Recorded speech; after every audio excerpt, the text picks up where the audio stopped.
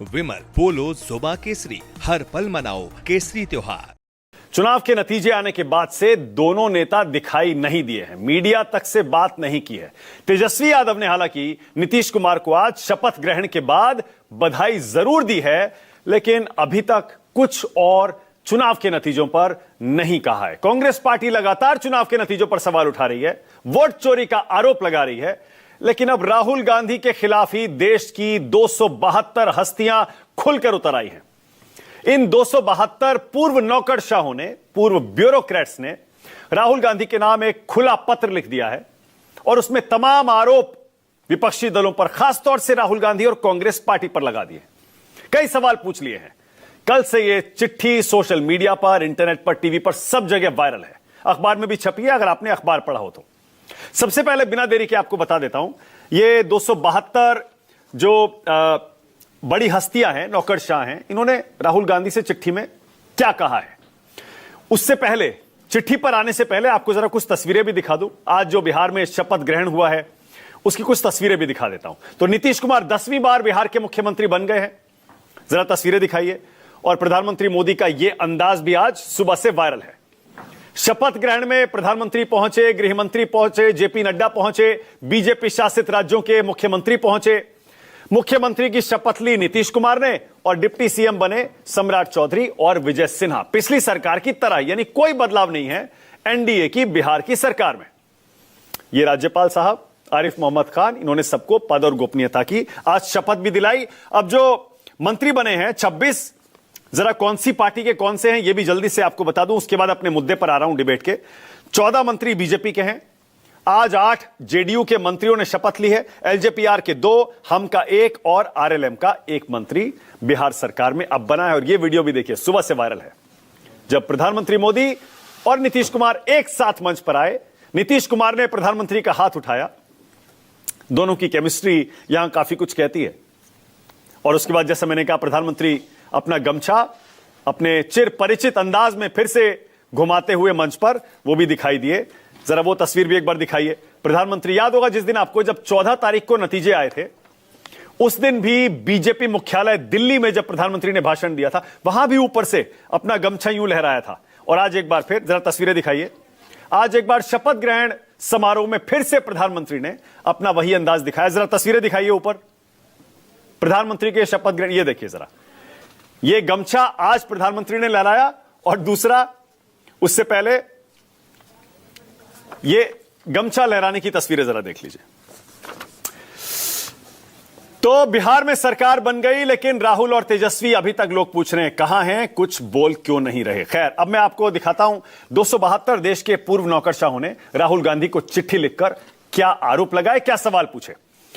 दरअसल इस पत्र में, जो खुला पत्र लिखा है 272 हस्तियों ने, इलेक्शन कमीशन के खिलाफ राहुल गांधी ने जो वोट चोरी अभियान चला रखा है उस पर नाराजगी जताई है। अब ये सारे नौकरशाह कह रहे हैं कि लोकतंत्र पर ये जो हमला किया जा रहा है, ये बिल्कुल देश के लिए, समाज के लिए, लोकतंत्र के लिए सही नहीं है। संवैधानिक संस्थाओं को चोट पहुंचाई जा रही है, यह सही नहीं है। राजनीतिक हताशा छिपाई जा रही है। आपको यह भी बता दूं, ये जो 272 लोगों ने चिट्ठियां लिखी हैं, इसमें 133 रिटायर्ड सैन्य अधिकारी हैं, 16 रिटायर्ड जज हैं और 14 पूर्व राजदूत हैं। और इन 272 लोगों ने कई पेज की चिट्ठी, मेरे पास ये चिट्ठी भी है, और इसका हेडिंग ये दी गई है, assault on national constitutional authorities. याद करिए, पिछले कई सालों से विपक्ष, खासतौर से कांग्रेस पार्टी, यही आरोप सरकार पर लगा रही है कि संवैधानिक संस्थाओं को तार तार कर दिया, सरकार के, आरएसएस के कब्जे में आ गया, बीजेपी के कब्जे में आ गए सारे संस्थान। अब ये 272 लोग उल्टे राहुल गांधी पर आरोप लगा रहे हैं कि आप संवैधानिक संस्थाओं को बदनाम कर रहे हैं, उन्हें कमजोर करने की कोशिश कर रहे हैं, जो देश के खिलाफ है। इस चिट्ठी में क्या लिखा है इन नौकरशाहों ने? ये लिखते हैं, लोकतांत्रिक संस्थाओं पर निराधार हमले बढ़ रहे हैं। नेता प्रतिपक्ष ने इलेक्शन कमीशन पर गंभीर आरोप लगाए, सबूत नहीं दिया। चुनाव आयोग की एसआईआर प्रक्रिया पूरी तरह पारदर्शी है। ये सारे के सारे नौकरशाह कह रहे हैं। फिर आगे कहते हैं, कई राजनीतिक समूह झूठे आरोपों के साथ अभियान चला रहे हैं। चुनाव हारने पर ही आयोग को दोष देना सीधा अवसरवाद है। कहने का मतलब जीतते हैं तब कुछ नहीं कहते, हारते हैं तो बेईमानी चिल्लाने लगते हैं। संस्थानों को कमजोर करना लोकतंत्र के लिए खतरा है। अब सिविल सोसाइटी को भी चुनाव आयोग का समर्थन करना चाहिए। एसआईआर से इलेक्शन कमीशन ने सिर्फ फर्जी मतदाताओं को वोटर लिस्ट से हटाया है। यह कैसे गलत है? इस प्रक्रिया को गलत कहना कहां तक सही है? राजनीति को आरोपों नहीं, नीतियों और सत्य पर आधारित होना चाहिए। आपने ईसी पर वोट चोरी का आरोप लगाया, यह भी कहा कि एटम बम है, बल्कि ऐसा लगता है कि आप इलेक्शन कमीशन को धमका रहे हैं। एसआईआर प्रक्रिया को पूरी पारदर्शिता से सार्वजनिक इलेक्शन कमीशन ने किया है। ईसी को, इलेक्शन कमीशन को बीजेपी की बी टीम बताना राजनीतिक हताशा दिखाता है। अनुकूल परिणाम आने पर विपक्षी दल चुनाव आयोग की आलोचना नहीं करते, प्रतिकूल परिणाम आने पर ईसी को, इलेक्शन कमीशन को विलेन बना दिया जाता है। यह अवसरवाद दिखाता है। जब ये चिट्ठी सामने आई, कांग्रेस की तरफ से पवन खेड़ा ने इसका जवाब भी दिया। जरा सुनिए क्या बोले पवन खेड़ा।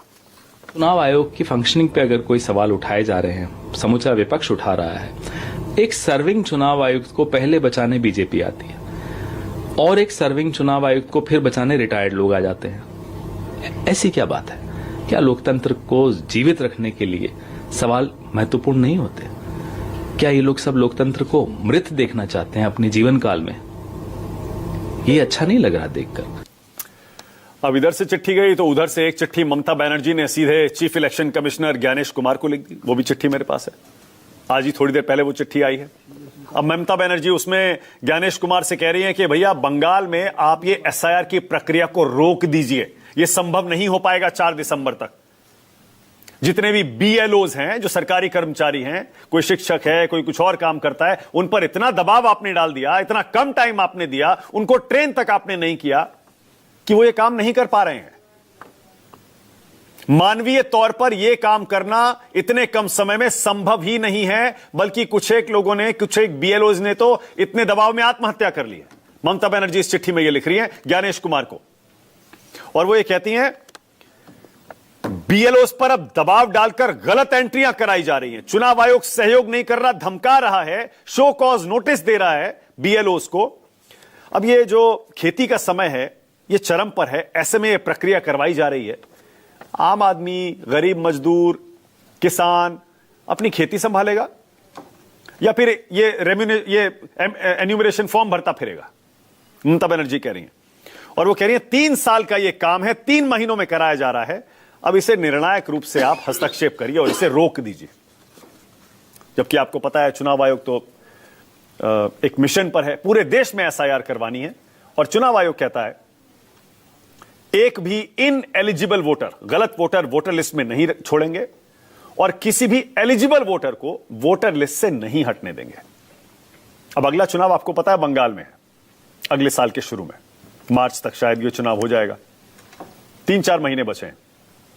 क्या एसआईआर पर बंगाल में अब अगला बड़ा बवाल होने वाला है क्या? चलिए डिबेट शुरू करते हैं राष्ट्र की बात में।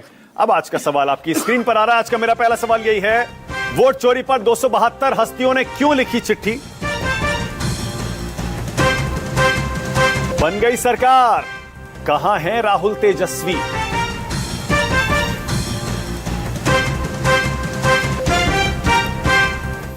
आज राष्ट्र की बात में मेरे साथ बीजेपी से सरदार आरपी सिंह, कांग्रेस की तरफ से प्रोफेसर रविकांत, जेडीयू से अनुप्रिया और मेरे साथ अनुराग भदौरिया समाजवादी पार्टी के। थोड़ी देर में यहां स्टूडियो में आपको दिखाई देंगे। मेरे साथ विनोद अग्निहोत्री बड़े दिनों बाद आज स्टूडियो में आए, स्वागत है विनोद जी का। हर्षवर्धन त्रिपाठी और सतीश के सिंह एक बार फिर राष्ट्र की बात में आज शामिल है। आज तो पुराने मित्रों से मुलाकात हो रही है, बड़े अरसे बाद, एक महीने बाद, बड़े दिनों बाद। सभी का स्वागत। अब मैं प्रोफेसर रविकांत आपसे शुरू कर रहा हूं। जरा ये 200